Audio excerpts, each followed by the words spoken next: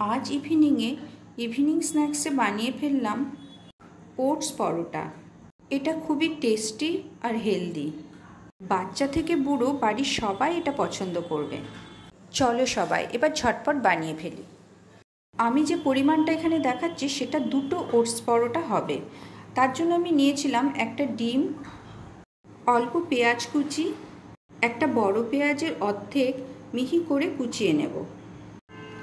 এবার দেব স্বাদমতো বিট নুন আর গোলমরিচের গুঁড়ো, লঙ্কা কুচি বা চিলি ফ্লেক্স আপনারা দিতে পারেন।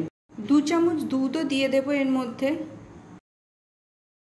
বড় চামচের 2 চামচ মতো ওটস দিয়ে নেব এর মধ্যে। সব কিছু একসাথে দেওয়ার পরে ভালো করে মিশিয়ে নিতে হবে। এবার এর মধ্যে কিছুটা ময়দা, আটা বা চালের গুঁড়ো দিতে পারেন যাতে বন্ডিংটা শক্ত হয়। আমি এখানে আটা নিয়েছি। ব্যাটারটা খুব বেশি ঘন মনে হলে এর মধ্যে কিছুটা দুধ মিশিয়ে নেবেন। খুব বেশি ঘনও হবে না, আবার খুব বেশি পাতলাও হবে না। ভালো করে মিশিয়ে নিয়ে মিশ্রণটাকে স্মুথ করে নিতে হবে। বাড়িতে এটা বানিয়ে দেখবেন, বাচ্চা থেকে বুড়ো সবাই এটা পছন্দ করবে। বাড়িতে বানানো মুখরোচক স্ন্যাক্সের মধ্যে এটা একেবারে নতুন, ইউনিক আর টেস্টি একটা রেসিপি। এবার গ্যাসে ফ্রাই প্যান বসিয়ে দেব।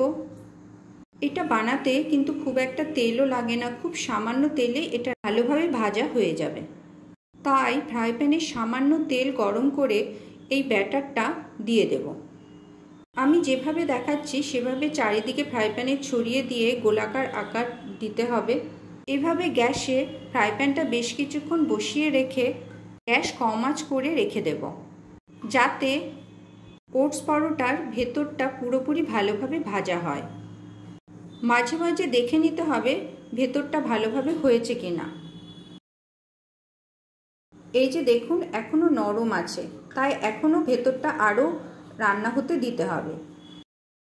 এইভাবে বেশ কিছুক্ষণ ঢাকার পরে দেখবেন এক পিঠটা ভালোভাবে ভাজা হয়ে গেলে তখন পরোটাটা নিজে থেকেই উঠে আসছে, এবং উঠে এলে সেটাকে উল্টে দিতে হবে যাতে উল্টো দিকটাও ভালোভাবে ভাজা হয়।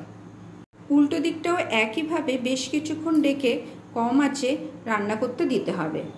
এখানে কিন্তু আমি আর একটুও তেল দেইনি, ওই যেটুকু তেল প্রথমে দিয়েছিলাম ওতেই দু পিঠ ভালোভাবে ভাজা হয়ে যাবে।